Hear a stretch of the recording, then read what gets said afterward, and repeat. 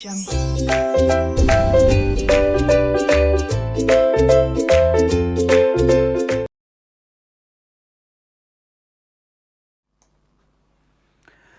जी, नमस्ते। क्या हाल चाल है आपके? सर जी हम तो बहुत अच्छे हैं, आप बताइएगा। हम भी बहुत बहुत बढ़िया हैं। प्रेम से बोलेंगे राधे राधे। चलें? Yes sir. तो आ जाइए, क्वेश्चन आंसर सीरीज़ में आपका बहुत बहुत स्वागत है। और अब हम डिस्कस करने जा रहे हैं सप्लाई चैप्टर के क्वेश्चन आंसर। एक क्वेश्चन का आंसर मैं लिख के दिखाऊंगा और एक दो क्वेश्चन का आंसर आप लिखेंगे। तो इससे हमारी राइटिंग प्रैक्टिस बहुत ही शानदार लेवल पर पहुंच जाएगी और आपकी एटलीस्ट एग्जामिशन आने से कोई रोक नहीं सकता है, ऐसा मेरा मानना है। ठीक है, तो आई जरा यहाँ पर। तो इसमें दो तरह के क्वेश्चंस नॉर्मली बनते हैं। नंबर एक बनेंगे आपके लाइक स्ट्रेट फॉरवर्ड क्वेश्चंस और दूसरे कुछ लॉ की application based questions.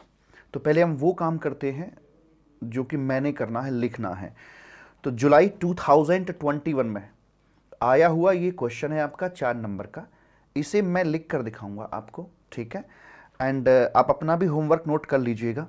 Question number 45 ये आप कर रहे हैं, जो कि नवंबर 2020 में 5 नंबर का आया हुआ क्वेश्चन है।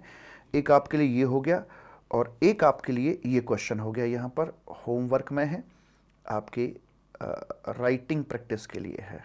ठीक है जी, दो क्वेश्चंस आपने करने हैं। द टेम्पल ऑफ एंसेस्ट्रल, ये वाला क्वेश्चन। तो मैं मेरा काम पहले निपटाता हूं। Explain the composite supply and mix supply, ये पूछ रहा है यहां पर।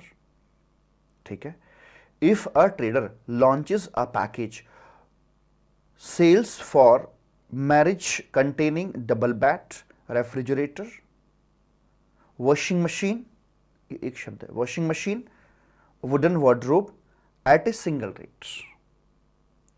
वो शादी पार्टी में बिटिया को दिए जाते हैं ना, जैसे नॉर्मली ट्रेडिशन है, तो उन सबका पैकेज बनाकर दे रहा है और सिंगल रेट पर दे रहा है। He is issuing invoice showing value of each goods separately. वैसे तो सिंगल रेट पर डील की है, बट इनवॉइस के अंदर सबका रेट अलग अलग दिखा दिया है। Whether this is case of mixed supply और कंपोजिट सप्लाई, एक्सप्लेन। तो पहले यहां पर उसने लॉ भी पूछ लिया है और फिर उस लॉ की एप्लीकेशन भी पूछ रहा है। तो आइए देखते हैं हमें इसका आंसर कैसे करना होगा। मालिक जी साहब, आपका चैप्टर आ गया सप्लाई का। ठीक है, और ये क्वेश्चन आंसर की बुक मेरी वेबसाइट crajkumar.com पर अवेलेबल है। सप्लाई का चैप्टर आ गया एंड ये आंसर टू क्वेश्चन कौन सा था भाई साहब? ये चलो जो भी है, क्वेश्चन का क्या करना है।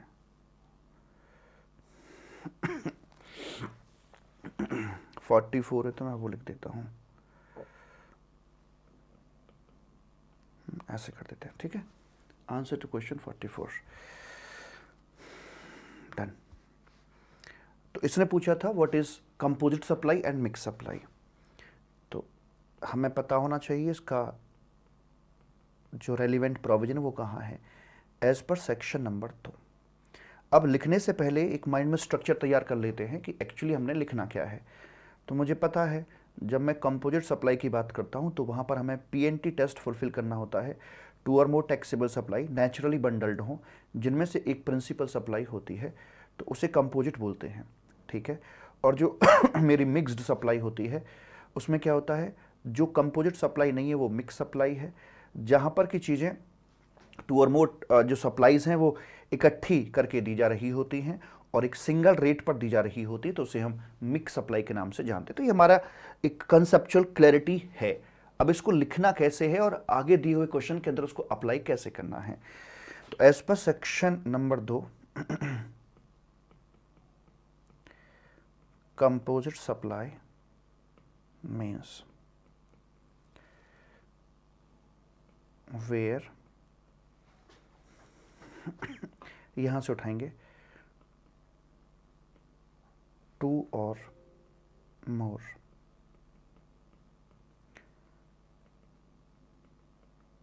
supplies,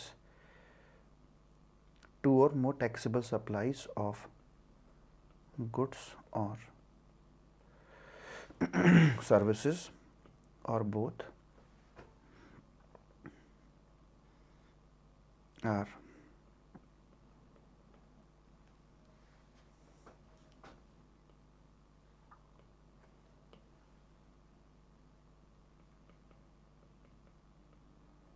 supplied altogether, which is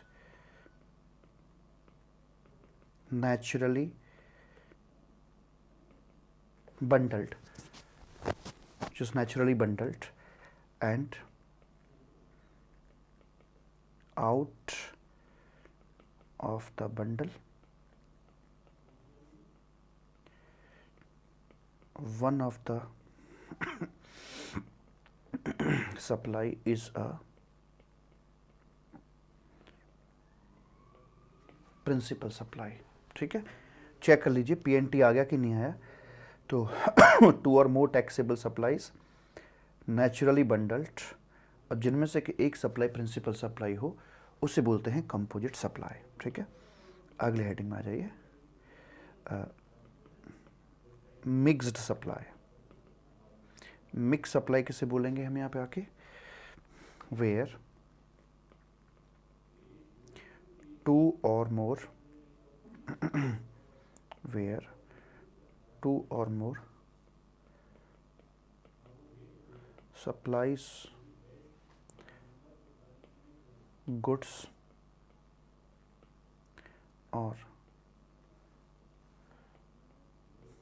services or more goods or services or both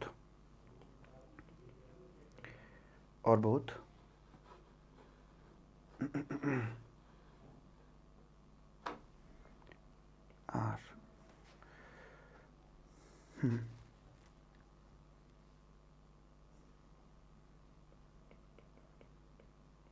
supplied altogether at a single rate, and दूसरी बात इसमें कि and such bundle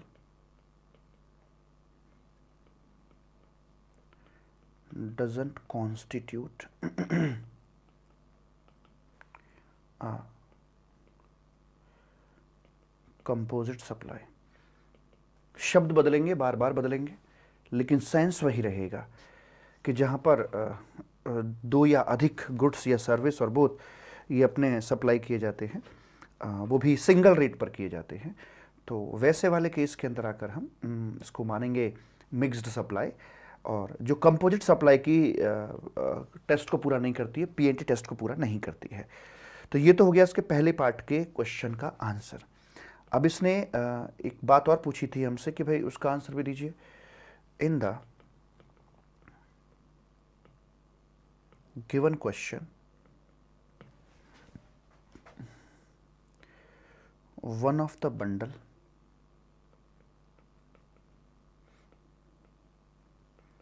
consisting of double bed था ना, क्या था उसमें देखें एक बार, consisting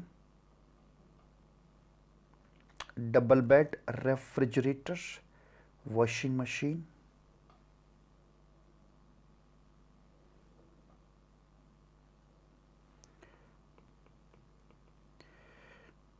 डबल बेड फ्रिज हो गया,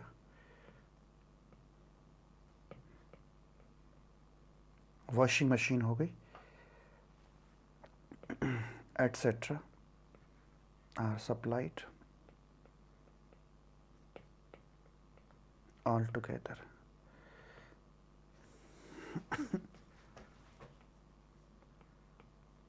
above combination of goods are not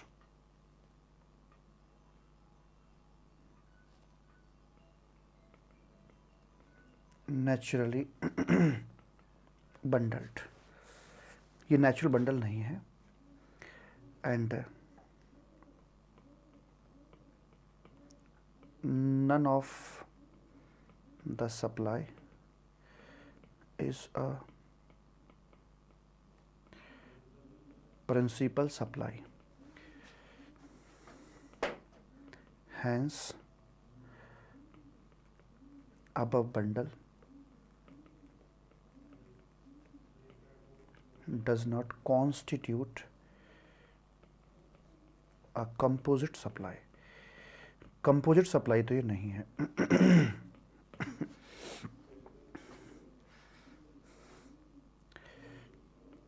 more over above bundle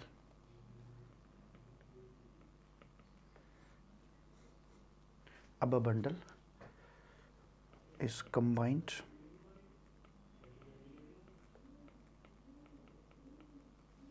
artificially, ये आर्टिफिशियली कंबाइन किया गया है at a single rate. So the bundle is covered under the ambit of mixed supply।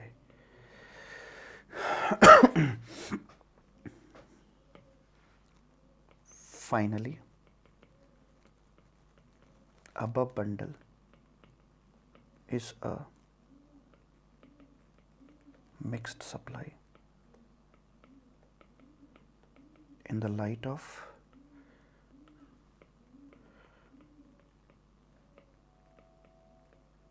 above discussion। इस writing में ना तो कुछ extra है और ना ही कुछ कम है, जितने की आवश्यकता थी उतना यहाँ पर लिख दिया गया है। ठीक है, एक नोट यहाँ पर दे देते हैं, हालांकि मुझे लगता था ज़रूरत नहीं थी, बट सी इंस्टीट्यूट के सजेस्टेड आंसर में दे रखा था। यहाँ पर जो वर्डिंग्स आई हुई है सिंगल रेट पर दिया है, तो सिंगल रेट से आपका क्या मतलब है? रेट ऑफ टैक्स है या फिर सिंगल प्राइस है? तो जनरली मैं तो ऑब्वियसली अजम्पशन लेके चलूँगा कि जो भी उसने सामान दिया है वो सिंगल प्राइस पर यहाँ दिया हुआ है। ठीक है, तो वैसे करके ये आएगा, तो अजम्पशन मेरी यही रहेगी कि सिंगल प्राइस पर दिया गया है। मोर ओवर इसमें एक बात और बोली गई थी कि वो इनवॉइस के अंदर सेपरेटली रिफ्लेक्ट किया गया है, तो इस बात को भी यहाँ पर आप ऐड कर सकते हैं। उसने कुछ बोला है तो उस बात का भी जवाब यहाँ पर दिया जा सकता है, और वो ऐसे करके the fact how the goods are shown in the invoice is not relevant to determine the nature of supply। Supply का नेचर डिटरमिन करने के लिए ये इसका कि इनवॉइस में आप कैसे रिफ्लेक्ट कर रही हो, ये चीज़ यहाँ पर रिलेवेंट नहीं रह जाती है। तो ऐसे करके आप अपने क्वेश्चन का आंसर बहुत ही खूबसूरती के साथ लिख सकते हैं। लिख लिख कर ही आपको अभ्यास होगा मेरे बच्चा, दूसरा कोई तरीका है नहीं। ठीक है सर, यहाँ पर क्या हम सेक्शन 8 का रेफरेंस देके ये भी लिखें कि इसका क्लासिफिकेशन जो किया जाएगा वो हाईएस्ट रेट ऑफ टैक्स वाली कमोडिटी के साथ किया जाएगा? क्लासिफिकेशन पूछा नहीं है उसने, पूछा नहीं तो मैं अपना टाइम वेस्ट क्यों करूं, क्योंकि वो लिख देने से मुझे कोई एक्स्ट्रा नंबर मिलने वाले नहीं हैं। जो नंबर है वो उतने के हैं जितना मुझसे पूछा गया है, तो जितना पूछा गया है उतना लिखें, शिद्दत से और शानदार तरीके से लिखें। ज़्यादा लिखने का मुझे कोई बेनिफिट वहाँ पर मिलने वाला है नहीं। ठीक है जी, तो ऐसे करके यहाँ पर हमारी बात हो जाती है मेरा बच्चा। और बाकी 2 क्वेश्चन मैंने आपको दे ही दिए हैं, और अब हम चलते हैं बाकी क्वेश्चंस को देखने के लिए। ठीक है तो ये है define supply in the context of GST act. तो सप्लाई पूछ रहा है कि सप्लाई क्या है, तो इसके लिए मैं क्या करके चलूँगा, मेरे पास में आता है सेक्शन नंबर 7 है, और इसमें 3 शेड्यूल मेरे पास में आते हैं, 1 2 3 करके है। तो डिपेंड अपॉन द कि मेरा जो क्वेश्चन का आंसर है वो कितने मार्क्स में मेरा क्वेश्चन दिया गया है, मैं अकॉर्डिंगली लेंथ बनाऊंगा उसकी मैं। तो अगर 4-5 नंबर का ये अगर क्वेश्चन है तो उसमें दोनों बातें आ जाएंगी कि मेरा जो विद कंसीडरेशन होता है 3 पॉइंट उसमें आ जाएंगे। पहला है एबीसी टेस्ट, दूसरा लेटेस्ट अमेंडमेंट आपकी ये वाली कि जॉइंट वेंचर और उसके जो मेंबर होते हैं वो एक दूसरे के लिए डीम्ड सेपरेट माने जाते हैं और उनके बीच में अगर फॉर ए कंसीडरेशन कोई सप्लाई होती है तो उसे भी यहाँ पर सप्लाई बनाया जाता है। तीसरा इम्पोर्ट ऑफ सर्विस है, फॉर ए कंसीडरेशन अगर हम करके चल रहे हैं तो चाहे वो बिजनेस पर्पस के लिए हो या पर्सनल पर्पस के लिए हो, दोनों ही केस में उसे हम सप्लाई के रूप में कंसिडर करके चलते हैं। और इधर आपकी जो 4 FOC सप्लाईज हैं उनका जिक्र यहाँ पे कर दिया जाएगा। आरबीआई की agency, R for related party transaction या transaction in between deemed distinct person. B का मतलब है बिजनेस एसेट का परमानेंट ट्रांसफर कर रहे हैं जहाँ पर कि आपने आईटीसी ऑलरेडी लिया हुआ है। एंड बी आई, और आई का मतलब हो गया इंपोर्टेशन ऑफ सर्विस, किसी अपने बंदे से रिलेटेड पार्टी से लिया हुआ हो। एंड वन मोर थिंग कि वो अपना लाइक बिजनेस पर्पस के लिए लिया गया हो। ठीक है जी, वैसे करके यहाँ पर अपनी बात कर दी जाएगी। तो इतना यहाँ पे लिख दिया जाएगा, सारी बात अपनी यहाँ पे लिखी हुई है वैसे करके है। ठीक है, और दूसरा जब हम अपना प्रोविजनिंग उसकी सपोर्ट देंगे तो जो विद कंसीडरेशन वाला है उसके लिए सेक्शन 7 सब सेक्शन 1 की सपोर्ट लेके चलेंगे और जो मेरा 4 FOC सप्लाईज हैं उसके लिए मैं शेड्यूल 1 की सपोर्ट यहाँ पर लेकर चलूंगा। इतना काफ़ी होगा। ठीक है जी, एक क्वेश्चन का आंसर मैं और करके दिखाऊंगा आपको ड्यूरिंग द डिस्कशन। चलते हैं आगे। ये छोटे छोटे क्वेश्चंस हैं। What are the necessary element to constitute supply, तो पहले क्वेश्चन का आंसर कर दिया तो ये उसी का हिस्सा है, उसी का अंग होता है। State the supply, type of supply, taxable supply, exempted supply. आपको मैंने कई बार बता रखा है कि सप्लाई हमारी टैक्सेबल सप्लाई होती है, एग्जेम्प्टेड सप्लाई होती है, जीरो रेट सप्लाई होती है, इनवर्ड सप्लाई होती है, आउटवर्ड सप्लाई होती है, एनसीएम सप्लाई होती है, आरसीएम सप्लाई होती है, ऐसे करके। Can a transaction in which any one or more of the given criteria is not fulfilled be still considered as supply। देखिए नॉर्मली कंसिडरेशन होना चाहिए, लेकिन 4 ऐसी सप्लाईज हैं आपकी जहां पर कंसिडरेशन नहीं भी होगा तब भी हम उसे सप्लाई मानकर चलते हैं। Under certain circumstances such as import of service for a consideration whether or not in the course of business still be called as a supply. तो वहां पर भले ही वो बिजनेस पर्पस के ना हो, अगर कंसिडरेशन साथ में है तब भी सप्लाई बन जाती है। दूसरा 4 FOC सप्लाई के संबंध में अगर हम बात करके चलते हैं तो वहां पर भले ही कंसिडरेशन ना हो फिर भी उसको सप्लाई बना दिया जाता है। ऐसे करके इसका आंसर मालिक आ जाएगा। तो ये छोटे छोटे क्वेश्चन हैं, इसको मैं कराऊं या आप करेंगे? थोड़ा सा आप भी करके देखें जरा, है ना। ये मैं आपको दे दूं, लिखना नहीं है, बस बस पढ़ के देख लेना है। छोटे छोटी चीजें हैं ये, एक एक दो दो लाइन के जो क्वेश्चन है ना, ये बेसिकली कंसेप्चुअल क्लैरिटी के लिए होते हैं, छोटे छोटे हैं, उन्हीं में से हैं ये छोटे छोटे क्वेश्चंस हैं। ये मैं आपको होमवर्क में दे रहा हूं, इन छोटे छोटे क्वेश्चंस को आप करने वाले हैं। ठीक है, ये वाले, हाँ मैं ये करता हूं आपके लिए। ये वाला क्वेश्चन अच्छा क्वेश्चन है ये, और इसमें कहते हैं एक्सप्लेन करना है आपने whether the following activities would amount to supply under section 7 of the CGST act. क्या ये सप्लाई बनेंगे या नहीं बनेंगे? Selecta manufacturers have a factory in Delhi and a depot in Mumbai. ध्यान से देखिएगा, एक पहले अपने अलग टाइप का क्वेश्चन आ रहा है जहां पर हम अपना लॉ और उसका एनालिसिस करने वाले हैं। Selecta manufacturers have a factory in Delhi and depot है इसका मुंबई में। Both these establishment are registered in the respective state. Finished goods are sent from a factory in Delhi to Mumbai depot without consideration so that the same can be sold। तो आपको बताना है कि ये यहाँ पर सप्लाई है या नहीं है। अच्छा, दूसरा, जब इस तरह का क्वेश्चन आपको एग्जाम में पूछा जाएगा तो आप ना तीनों क्वेश्चंस को पहले पढ़ के देख लीजिए। अगर ये ऐसे क्वेश्चन आंसर हैं जिनके लिए मतलब कॉमन है, मतलब एक सीरीज में है, जैसे मान लो इंपोर्ट ऑफ सर्विस के संबंध में है, तीनों के तीनों उसी के संबंध में है, तो आप क्या करेंगे, पहले इन तीनों का कॉमन लीगल प्रोविजन इकट्ठा लिख देंगे और फिर 1 बाय 1 आंसर कर देंगे। लेकिन अगर ये तीनों क्वेश्चन इंडिपेंडेंट है, अलग अलग है, एक दूसरे से कनेक्टेड बिल्कुल भी नहीं है, एक कॉन्सेप्ट पर बेस्ड नहीं है, तो वैसे में हमें सभी का रेलिवेंट प्रोविजन अलग लिखना पड़ेगा और उसका एनालिसिस भी अलग ही अपना करना पड़ेगा, इंडिपेंडेंटली उसके आंसर करने पड़ेंगे। समझ में आ गई बात?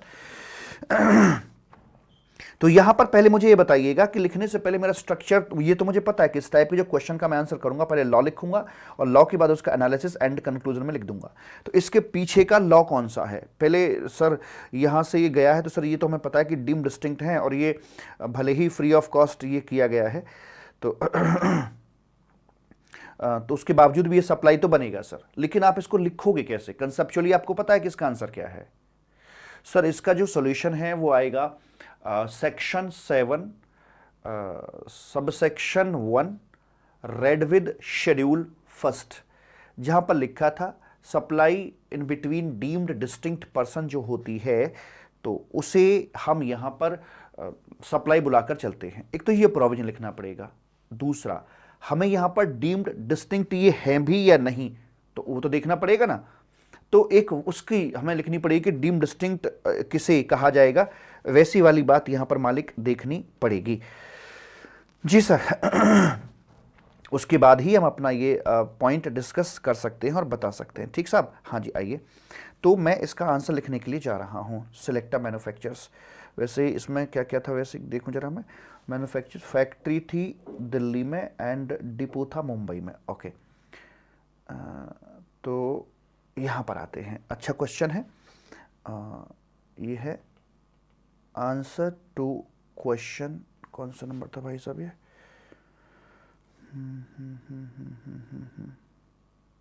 17। आइए 17। तो मैं पहले लिखने वाला हूँ ए पार्ट का आंसर, और इसमें आएगा आपका रेलिवेंट प्रोविजन। जैसे मम्मा क्या करती हैं, सब्जी जब बनानी होती है किचन में, तो पहले सारा सामान इकट्ठा किया जाता है। सब्जी काटनी है, धोनी है, एंड उसके बाद मिर्च मसाले वगैरह वगैरह जितना भी सामान चाहिए होता है, इंग्रेडिएंट्स, वो सारे के सारे इकट्ठे यहाँ होते हैं। फिर वन बाय वन सबको मिक्स करके जाते हैं और शानदार एक सब्जी बनके तैयार हो जाती है। तो पहले हमें अपनी सारी की सारी जो इंग्रेडिएंट्स हैं वो इकट्ठे करने हैं कि जिनके दम पर हम अपनी बात को जस्टिफाई करने वाले हैं। तो जो जो लॉ यहाँ पर यूज हुआ है पहले उसको हमने यहाँ पर लिखना है। ठीक है जी। तो रेलिवेंट प्रोविजन नंबर 1 इसमें आएगा as per section number 7(1) read with schedule first. Sir अगर मुझे ये याद ना हो तो मैं क्या करूं? अगर आपको याद नहीं है तो सपोर्ट, तो as per the provisions of CGST act 2017। समझ में आ गई बात? अगर आपको नहीं पता है तो पहली प्रायोरिटी पे ये रहेगा, और नहीं पता तो ये लिख देंगे आप। उसके मुताबिक क्या लिखा हुआ है, supply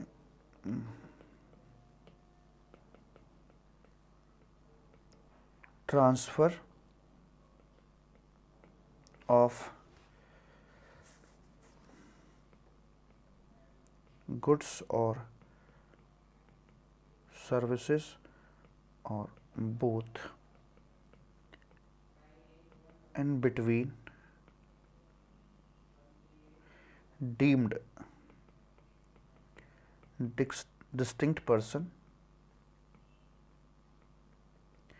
would be treated as a supply even if it is made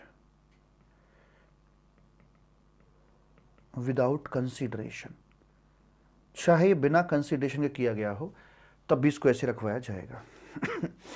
अब डीम डिस्टिंक्ट जो शब्द है इसको कहाँ डिफाइन किया गया है, हमने कई बार देखा है। तो रजिस्ट्रेशन चैप्टर आता है ना अपना, उसमें सेक्शन 25 है, उसके अंदर इसकी बात करी गई है। एज पर जो हम पढ़ते हैं ना सेक्शन, जो अपना रजिस्ट्रेशन चैप्टर है, सेक्शन 22, 23, 24, फिर ये 25, 26 और 27 इकट्ठे आया करते थे, जिसमें PDC की बात करते थे। P इसमें, D इसमें, C इसमें। P for procedure of registration, D for deemed distinct deemed registration, and C for था कैजुअल टैक्सेबल पर्सन और NR का रजिस्ट्रेशन, वैसे करके। तो जो सेक्शन 25 है प्रोसीजर फॉर रजिस्ट्रेशन, इसमें डीम्ड डिस्टिंक्ट को बताया गया है। As per section number 25 of CGST Act 2017 2000, यहाँ भी लिख सकते हैं ऊपर हम सेक्शन 7 ऑफ CGST, याद डाल लो, लिख देना हर बार 17। इसके अकॉर्डिंग अगर हम जब बात करके चलते हैं तो where a person has establishment in two different state or UTs, then such establishment will be treated as deemed distinct person.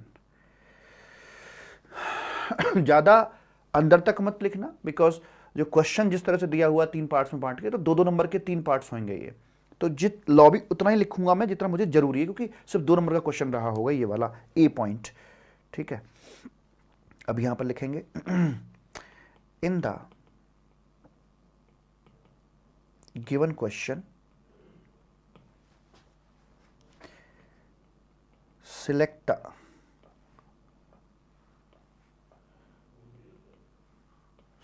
the manufacturers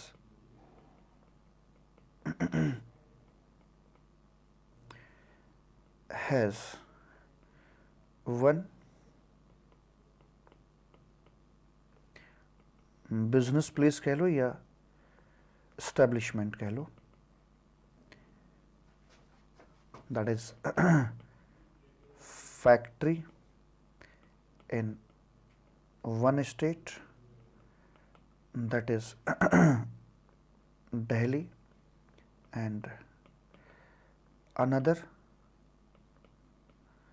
business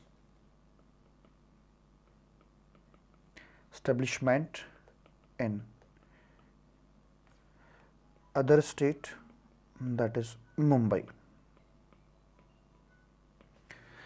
एक दिल्ली में है और एक मुंबई में है। So in the light of above stated provision,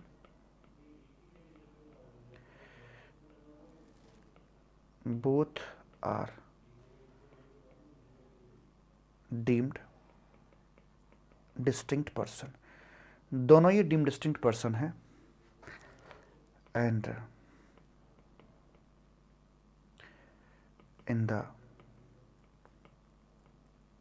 light of section 7(1) read with schedule first, the transfer of goods from Delhi यानी कि factory to Mumbai, that is depot, will be treated as a supply of goods. Simple. अभी मुझे बता बता के लिखना पड़ रहा है, अगर मैं आपको समझाने वाली बात ना हो, सिर्फ लिखना ही हो, तो बहुत जल्दी से लिखा जा सकता है। इसके लिए क्या देख रहे हैं आप, सिंपल लॉ लिख दिया, जो जो लॉ मेरा यूज होने वाला है, और फिर मैंने क्या किया कि जो क्वेश्चन मुझे दिया गया है उस क्वेश्चन को मैंने उस लॉ के एम्बिट में रख दिया है, और मेरे पास आउटकम निकल के आ जाता है। तो फाइनली यहां पर सप्लाई बना दिया जाएगा। बस यही है प्रेजेंटेशन, कुछ भी नहीं है। एप्लीकेशन बेस्ड क्वेश्चंस आपके लिए ज्यादा आते हैं, तो उसमें यही करना, रेलिवेंट प्रोविजन और उसका एनालिसिस एंड कंक्लूजन। तो मैं हेडिंग भी यहां पर बना सकता हूं। ये आ गया था मेरा रेलिवेंट प्रोविजन का हेडिंग यहाँ पे आके, ठीक है। और यहाँ पे हम बनाएंगे इसमें एक दूसरा heading,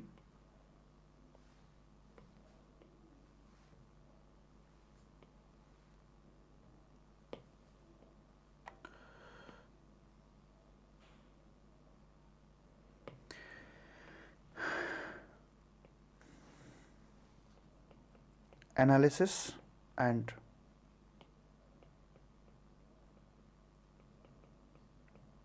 conclusion, that's it. Analysis and conclusion मेरा यहाँ पर ही आ जाता है, ठीक है बच्चा। ऐसे करके बात करते हैं। उसके बाद पता है, जब आप ओरली भी क्वेश्चंस को सॉल्व कर रहे हो ना, तो ये हैबिट डालिए, पहले लॉ रिकॉल करूंगा सारा का सारा, फिर अप्लाई करूंगा, ठीक। Raman is an electronic commerce operator in Chennai. His brother who is settled in Bend, London, is a well-known lawyer. Raman has taken legal advice from him free of cost with regard to family disputes. अच्छा जी, ठीक है, यहाँ पर हमारी बात हो जाती है। तो उसमें क्या है कि ये बताइए सप्लाई बनेगा या नहीं बनेगा। तो ये बात घूम रही है इंपोर्ट ऑफ सर्विस के रेस्पेक्ट में जाकर, एंड उसमें जाकर हम क्या बोलते हैं मालिक, बताता हूँ जी। तो इसमें हमारा इंपोर्ट ऑफ सर्विसेज पर ये बेस्ड है। तो पहले मुझे इंपोर्ट ऑफ सर्विस का लॉ लिखना पड़ेगा। तो इसमें क्या करेंगे, रेलिवेंट प्रोविजन में डाल देंगे हम कि एज पर मेरा section number 7(1) of CGST act read with schedule first, ऐसे लिख के। तो इंपोर्ट ऑफ सर्विस कब बनती है, where there is a import of service from a person, जो कि यहाँ पर एक रिलेटेड पार्टी है या डीम्ड डिस्टिंक्ट है, फ्री ऑफ कॉस्ट है, और किसी अपने से लिया गया है, रिलेटेड पार्टी से लिया गया है बिजनेस पर्पस के लिए, तो उसे हम बोल देते हैं यहाँ पर इंपोर्ट ऑफ सर्विसेज, ठीक। अब इस पर टेस्ट करना है, इसको यहाँ पे आके कुछ और भी देखना है हमें। फैमिली डिस्प्यूट के लिए लिया है, कहाँ से लिया है, अपने भाई से लिया है। अब भाई रिलेटेड पार्टी में आता है कि नहीं आता, तो एक और हमें लॉ लिखना पड़ेगा कि रिलेटेड पार्टी जो होती है इंक्लूड्स करके चलती है फैमिली मेंबर्स को। हमें फैमिली मेंबर को भी बताना पड़ेगा, वो कौन होते हैं, हम दो हमारे दो, यानी कि पति पत्नी और जो बच्चे होते हैं वो ऑलवेज फैमिली का पार्ट बनते हैं। भाई बहन हो गए, दादा दादी एटसेट्रा, ये जो होते हैं ये तब बनेंगे जब होली डिपेंडेंट होते हैं, तब ये फैमिली का पार्ट बनते हैं। तो 3 आपके लीगल प्रोविजन यहाँ पर इस्तेमाल होने वाले हैं, तीनों को पहले लिख देंगे, उसके बाद यहाँ पर हम आंसर करके चलेंगे, ठीक है जी।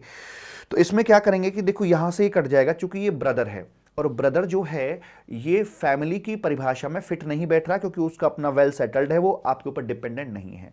अगर वो फैमिली की परिभाषा में नहीं आ रहा है तो मतलब वो रिलेटेड पार्टी में नहीं आएगा, और अगर वो रिलेटेड पार्टी में नहीं आएगा तो वो शेड्यूल फर्स्ट के प्रोविजन में भी फॉल नहीं करेगा। सो फाइनली ये घटना यहाँ पर सप्लाई नहीं मानी जाएगी। और वैसे भी यहाँ पर ये अपना फैमिली डिस्प्यूट यानी कि पर्सनल यूज के लिए है, कोई बिजनेस यूज नहीं है, तो ये कंडीशन भी यहाँ पर सेट ऑफ नहीं हो रही है, तो अकॉर्डिंगली ये अपना सप्लाई नहीं बनेगा किसी भी एंगल से।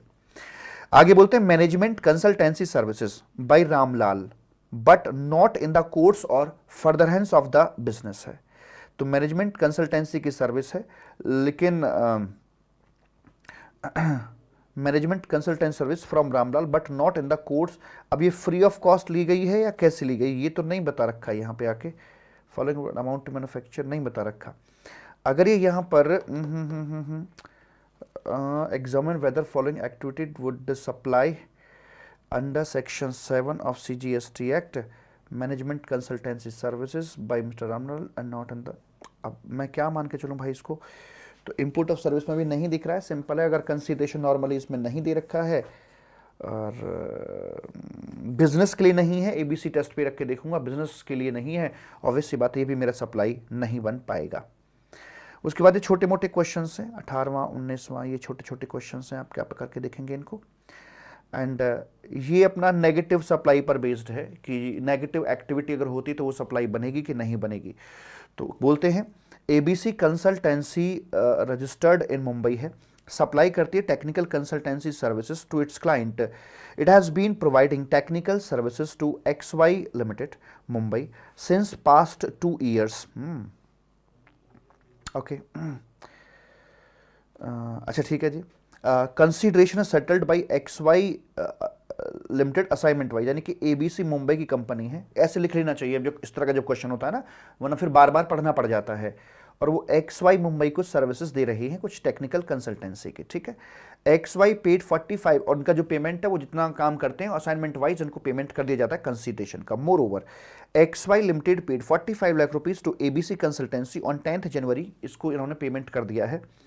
ऑन कि क्या किस लिए पे किया है ये वाला पैसा, not providing similar technical services to any other business entity in India, कि भाई ठीक है आप जो हमें सर्विस दे रहे हो ऐसे ही सर्विस आप किसी और बंदे को नहीं दोगे, रिस्ट्रिक्शन लगा दी है। इसके लिए हम आपको देते हैं 45 लाख रुपीस। तो ये नेगेटिव एक्टिविटी है for not to do something, कि आप कुछ नहीं करोगे।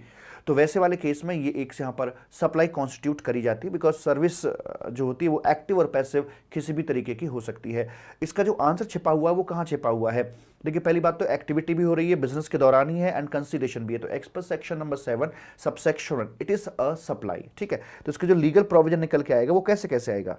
एज पर सेक्शन 7 सबसेक्शन 1, जहां पर एक्टिविटी भी है और बिजनेस भी है और कंसीडरेशन भी है, तो ये सप्लाई तो बन जाएगी।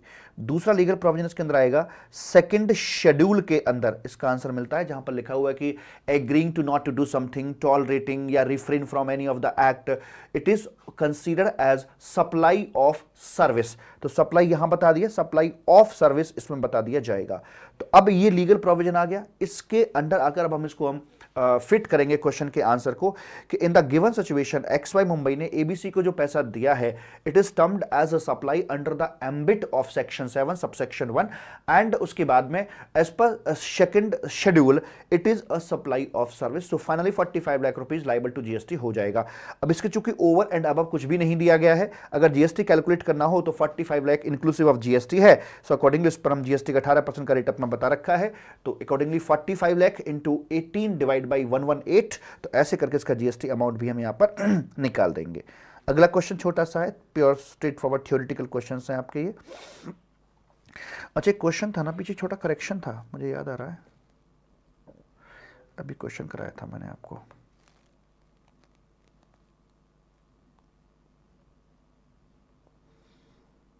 सेलेक्टा वाले, यहां पे ना सेलेक्टा वाले में ये शेड्यूल सेकंड नहीं फर्स्ट है। ये करेक्शन करना प्लीज, शेड्यूल फर्स्ट सिलेक्टा वाले क्वेश्चन में। ठीक है, आगे बढ़ते हैं साहब। जो छोटे छोटे आपको करने खुद से ध्यान दीजिएगा। एंड ये हो गया, ये आ गया, ये आ गया, ठीक है। ये छोटे मोटे क्वेश्चंस, ड्यू डिलिजेंस, ये तो आपको राइटिंग में दिया है मैंने, नहीं नहीं राइटिंग में दिया है, चलो कल इन्हें राइटिंग पे कोई है, कर लेते हैं इसको। बेस्ड ऑन कंपोजिट सप्लाई कहता है due diligent force a professional training institute gets its training material of aptitude content, क्या बात है, printed from Durga printing house a printing press. The content is of the material is provided by the diligent force who owns the usage right of the same, while the physical input including paper used for printing belongs to Durga. ये मैंने आपको circular पढ़ा रखा था ना, वो mart press का circular पढ़ाया था मैंने आपको, कि जहाँ पर सॉफ्ट कॉपी हम अपना दे के चल रहे हैं, वो उसको छाप के दे रहे हैं। तो ऐसे वाले केस के अंदर ये कंपोजिट सप्लाई अपनी बनती थी, और अकॉर्डिंगली इसमें जो प्रिंसिपल सप्लाई निकल के आई थी वो प्रिंटिंग की निकल कर आई थी। तो यहाँ पर सर्कुलर का नंबर, एक नंबर अगर याद रख सकते हो तो रख लीजिएगा। हालांकि मैंने कोई भी आपको सर्कुलर नंबर याद रखने के लिए नहीं बोला, ये आसान भी है और कई बार इस पर टेस्ट भी किया जा चुका है। 11/11 और 2017 जिस साल में GST आया था, 11/11/2017, सही है? Yes sir. तो इसका आंसर हो गया। ये छोटे छोटे क्वेश्चंस अपने। Agarwal carriers is a goods transport agency. जी साहब, ये यहां पर गुड्स ट्रांसपोर्ट एजेंसी है। In transportation of goods by road as per the general practice, Agarwal carriers also provide intermediary and ancillary services like loading, unloading, packaging, ये वगैरह वगैरह। With reference to the GST law, analyse करना whether such service are treated as a part of GTA service being a composite supply और as separate supply. तो मुझे बताइए इसका answer क्या है। आपको ये तो पता है ट्रांसपोर्टेशन ऑफ गुड्स में ही अपना फॉलो कराया जाएगा, क्योंकि छोटी मोटी एक्टिविटीज हैं, पर आंसर तो पता है, but how to write, this is the problem. तो इसके लिए आपको क्या करना पड़ेगा, सबसे पहले आपको सेक्शन नंबर 2 के मुताबिक ये बताना पड़ेगा कि कंपोजिट सप्लाई किसे कहते हैं, जहां पर PNT टेस्ट किया जाता है। मैंने सबसे पहले ये क्वेश्चन लिख के दिखाया था, वो लिख देंगे। उसके बाद लीगल प्रोविजन, यहां पहला हेडिंग बनेगा ना रेलिवेंट प्रोविजन। तो रेलिवेंट प्रोविजन के अंदर दूसरा आएगा इसमें प्रोविजन आपका सेक्शन नंबर 8 की, जो हमारी कंपोजिट सप्लाई होती है। कंपोजिट सप्लाई के अंदर जो क्लासिफिकेशन जाता है वो प्रिंसिपल सप्लाई की तरफ चला जाता है। पूरे बंडल को प्रिंसिपल सप्लाई के नाम से बुलाया जाता है। फिर आएगा इसका analysis and conclusion. In the given question, Agarwal carrier जो कि गुड्स ट्रांसपोर्ट एजेंसी है, they provide transportation service along with all these general all these services, जो कि एक तरह से नेचुरल बंडल्ड है and provided in the ordinary course of business, so it is fall under the ambit of composite supply as given under section number 2। ये वहां पे fall करता है, वहां फॉल करा दिया।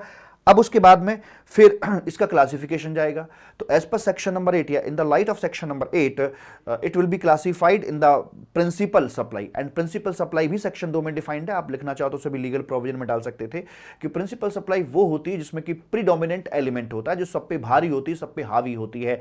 तो इन द गिवन क्वेश्चन जो ट्रांसपोर्टेशन ऑफ गुड्स की सर्विस है, that is a principal supply. Accordingly हम इसका क्लासिफिकेशन यहां पे करके चलेंगे। तो इस प्रकार से आप इसका आंसर यहां पर सजाकर लिखेंगे। बस 2 ही स्टेप याद रखने हैं। पहले जितना भी कनेक्टेड लॉ है, जो जिस पर बेस्ड होकर आप आंसर करने वाले हैं, उसे लिख दीजिए और फिर उसके साथ अपने क्वेश्चन को मैच कर दीजिए। खत्म कहानी बाबू, इतनी सी बात होती है। लेकिन ये तब तक नहीं आएगा जब तक खुद से लिखोगे नहीं, ठीक है। आगे है ये छोटा सा है, what do you mean by composite mix supply, ये हो गया। ये भी छोटा सा क्वेश्चन है, अपना होमवर्क में है, नाम मात्र के है, पढ़ के देख लें। Hotel provides 4 days 3 night package wherein the facility of breakfast and dinner is provided along with the room accommodation। okay? तो रूम अकोमोडेशन के साथ दिया जा रहा है, तो फिर ये होटल अकोमोडेशन की सर्विस के अंदर क्लासीफाई कर दिया जाएगा। टूथपेस्ट कंपनी ऑफर कर रही है स्कीम ऑफ फ्री, ये खुद करना आप, छोटा सा है। ये भी वही है आपका कंपोजिट और मिक्स सप्लाई पर based. Mahajan limited is a manufacturer of gift item and other related product supplied a family package consisting toy, beauty cream, सबका अपना अपना है, बेबी केयर प्रोडक्ट। अरे मिक्स सप्लाई है भैया जी, तो मिक्स सप्लाई की डेफिनेशन लिख देंगे सबसे पहले रेलिवेंट प्रोविजंस के अंदर आकर आप, कि मिक्स सप्लाई किसे कहते हैं, जैसा कि मैंने आपको लिख के दिखाया था। एंड उसके बाद सेक्शन 8 का प्रोविजन आएगा कि अगर मिक्स सप्लाई होती है तो उसको हाईएस्ट रेट ऑफ टैक्स के अंदर क्लासीफाई किया जाता है। अब इसका एनालिसिस वाला जब पार्ट आएगा तो उसमें आपको दिखा देंगे भैया जो महाजन लिमिटेड है ये यहाँ पर इस प्रकार से जो काम कर रहा है, ये मिक्स सप्लाई की डेफिनेशन के अंदर फॉल करती है। और एज पर सेक्शन नंबर 8 इसका जो क्लासिफिकेशन जाएगा वो 20% ब्यूटी क्रीम के अंदर करा दिया जाएगा। और इस पर जीएसटी भी कैलकुलेट अगर हमें करना है तो जितने भी पैकेट हैं 25,000 पैकेट्स हैं, मल्टीप्लाइड बाई 1000 करके हम इसमें अपना जीएसटी कैलकुलेट कर देंगे मालिक, कुछ इस तरीके से। आगे बोलते हैं ज़ॉम्बी अ सप्लायर रजिस्टर्ड। बाबू सबसे बड़ी बात तो क्या है, ये जो क्लास में करा रहा हूं इसका कोई मतलब नहीं रह जाएगा अगर आपने लिखकर नहीं देखा तो। 1 या 2 क्वेश्चन के आंसर लिखने कोई बहुत बड़ी बात नहीं होती, लेकिन हाँ बदलाव बहुत बड़ा हो सकता है, बदलाव बहुत बड़ा हो सकता है। Zombie a supplier registered in Hyderabad Telangana procure करते हैं goods from China and directly supply the same to the customer in US. ऐसे क्वेश्चन को लिख लेना चाहिए, ड्रॉ कर लेना चाहिए।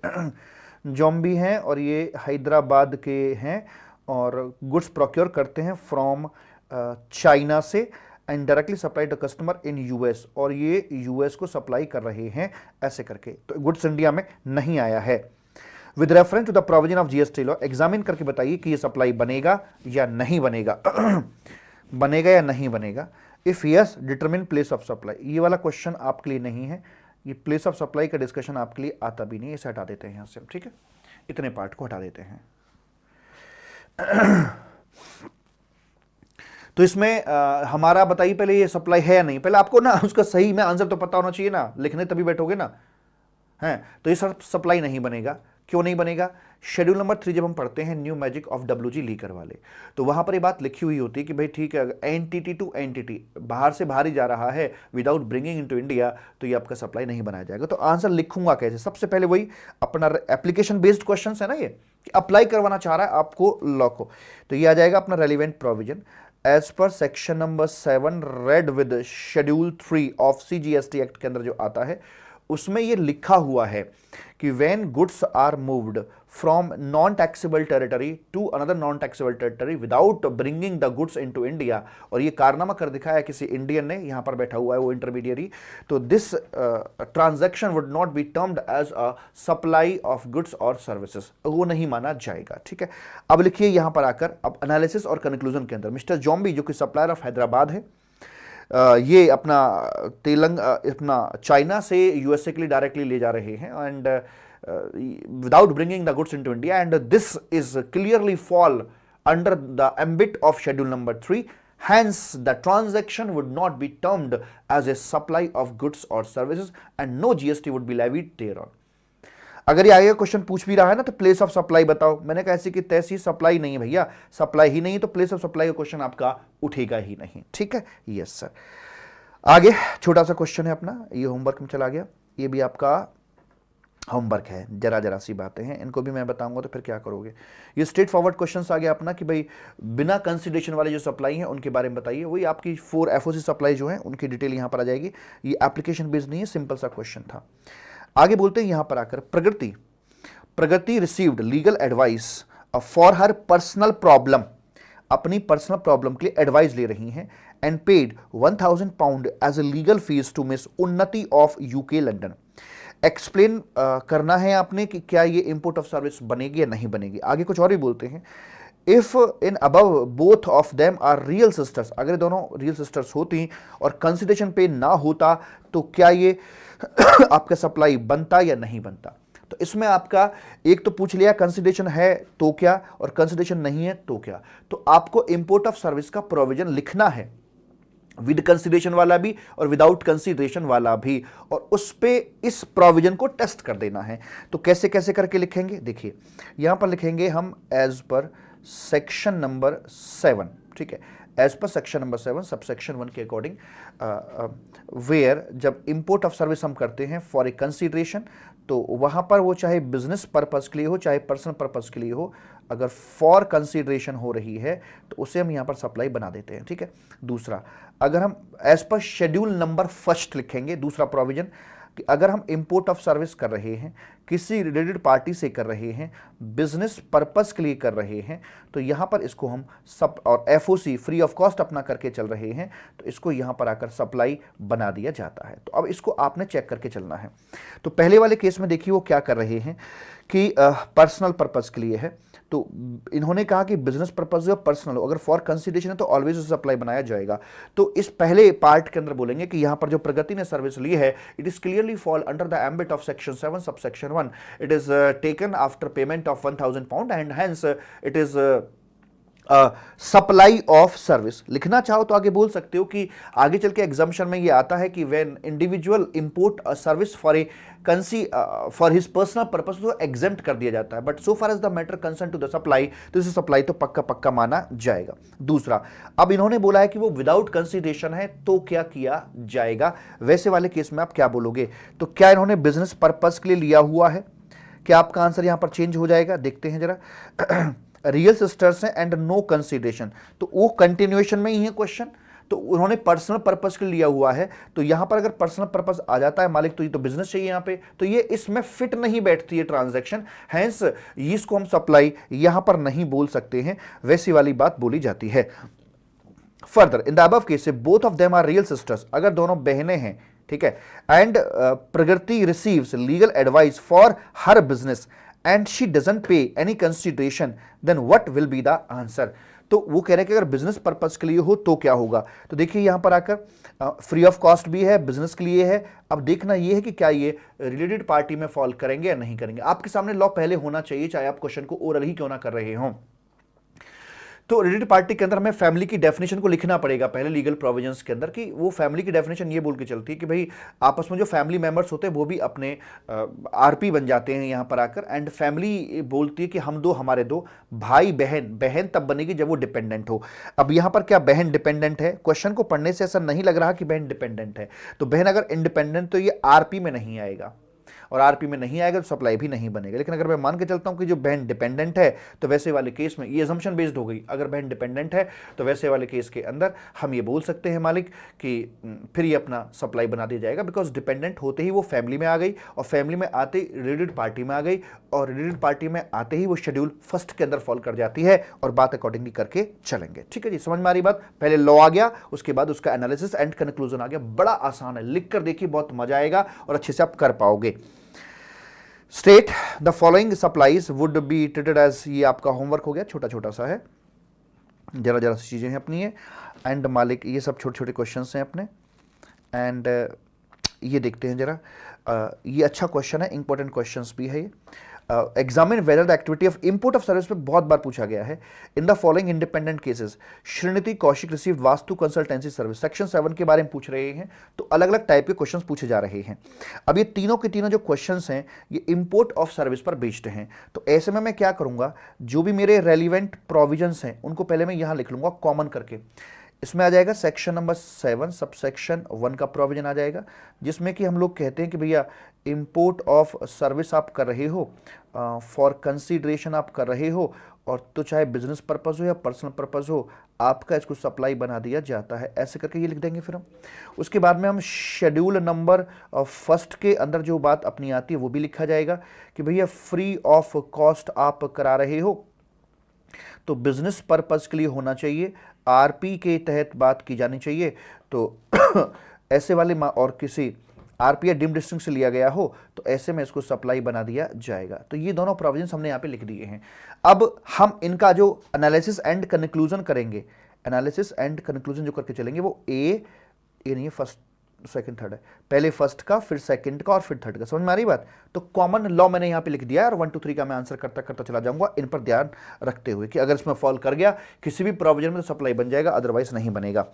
श्रीनिधि कौशिक रिसीव्ड करते हैं वास्तु कंसल्टेंसी की service for as residence personal purpose located at the Bandra Mumbai and from mister रशियल of Sydney Australia amount for, ये विद कंसिडरेशन लिया गया है। तो भैया विद कंसिडरेशन अगर आता है तो फिर दिक्कत वाली बात कोई है ही नहीं, तो फिर चाहे पर्सनल पर्पज ही क्यों ना रहा हो उसके बावजूद भी। तो ये वाला केस आपका श्रीनिधि कौशिक वाला जो केस है ये सेक्शन 7 सब सेक्शन 1 में फॉल करता है, इसलिए इसको यहां पर सप्लाई बना दिया जाएगा। दूसरा बोलता है श्रीनिधि कौशिक रिसीव करते हैं वास्तु कंसल्टेंसी की service for residence located at Bandra Mumbai में, यहां पर है फ्रॉम हर सन जो होता है फैमिली का पार्ट होता है। तो लीगल प्रोविजन के अंदर हम एक बात और लिख देंगे यहां पर आकर कि भाई फैमिली की क्या डेफिनेशन है, और सॉरी आरपी की रिलेटेड पार्टी, इसमें जो लीगल प्रोविजन, क्योंकि ये भी इस्तेमाल होना, इसमें इंक्लूड्स करते हैं फैमिली मेंबर्स को, और फैमिली मेंबर्स किसे कहते हैं, हम दो हमारे दो एंड भाई बहन वगैरह, ये सब आप अगर डिपेंडेंट हैं तो आ जाते हैं। तो श्रीनिधि कौशिक जो हैं वास्तु कंसल्ट कहाँ गया, हाँ सन से ले रहे हैं, वरुण से, फॉर दिस और विदाउट एनी कंसीडरेशन। तो विदाउट एनी कंसीडरेशन अगर ले रहे हैं तो हम यहाँ देखेंगे पहली शर्त पूरी हो रही है, बिजनेस पर्पस है क्या, सॉरी नहीं बिजनेस पर्पस नहीं है, तो ये अपना सप्लाई नहीं बन पाएगा, बात यहीं से खत्म हो जाती है। उसके बाद आगे बोलते हैं श्रीनिधि कौशिक रिसीव करते हैं वास्तु कंसल्टेंसी की service for her residence premises located in Bandra Mumbai, अपने बेटे से, है ना, एंड डिड नॉट पे any consideration for the said service. तो इसमें अंतर कहाँ आया भाई, डिडंट पे एनी कंसिडरेशन वास्तव फॉर हिज बिजनेस प्रीमिसेस, अच्छा बिजनेस के लिए है, तो इस बार बिजनेस के लिए है और फ्री ऑफ कॉस्ट है, और अपने बेटे से, क्या बेटा रिलेटेड पार्टी में आएगा, यस। फैमिली मेंबर्स में हम दो हमारे दो, बच्चे ऑलवेज आते हैं, चाहे बच्चे वेल सेटल्ड ही क्यों ना हो तब भी फैमिली का हिस्सा बनते हैं, एंड अकॉर्डिंगली वहां पर आकर वो फैमिली मेंबर बनेगा एंड आरपी बनेगा, मतलब रिलेटेड पार्टी बनेगा, एंड अकॉर्डिंगली वो यहां पर आकर सप्लाई के शेड्यूल फर्स्ट में फॉल करेगा, and this event will be considered as a supply. Okay, साहब सेल्स, ये आपको, ये कई बार मैं क्वेश्चन करा भी चुका हूँ, क्लास में भी कराया था मैंने आपको, ये क्लास में भी हो चुका है आपको क्वेश्चन कई बार है, साहब सेल्स वाला। एंड उसके बाद में होमवर्क राइटिंग प्रैक्टिस अपना ये आ गया जी आपका, ये मैं आपको लिखवा ही चुका हूँ पहले शुरू में ही, अभी लिखवाया था मतलब, और एक आपका 2 क्वेश्चन आपको राइटिंग प्रैक्टिस में मैंने दिए हैं। तो इस तरह से आपका चैप्टर यहाँ पर आकर कंप्लीट हो जाता है। कमेंट बॉक्स में कमेंट जरूर दे रहे हैं कि आप इन वीडियोस से कितना लाभ ले पा रहे हैं। आप मुझे या तो कमेंट बॉक्स में या फिर मेरे मोबाइल नंबर 9810012161 इतना तो कर सकते हो ना, बता दोगे तो मुझे भी और अंदर से ना कुछ ज़्यादा करने के लिए आपको प्रेरणा मिलती, इंस्पिरेशन मिलती। Thank you so much, wish you all the very best, bye tata and love you. Number लेके आने कम से कम एग्जाम्शन और max to max all India highest, इस रेंज में आपके नंबर जरूर आ जाने चाहिए, ठीक है। अगर इतने सारी मेहनत करने के बाद, राइटिंग प्रैक्टिस करने के बाद भी 60 से नीचे बर्दाश्त नहीं है, समझ में आ गई बात? Okay sir ji, thank you so much, bye tata and love you.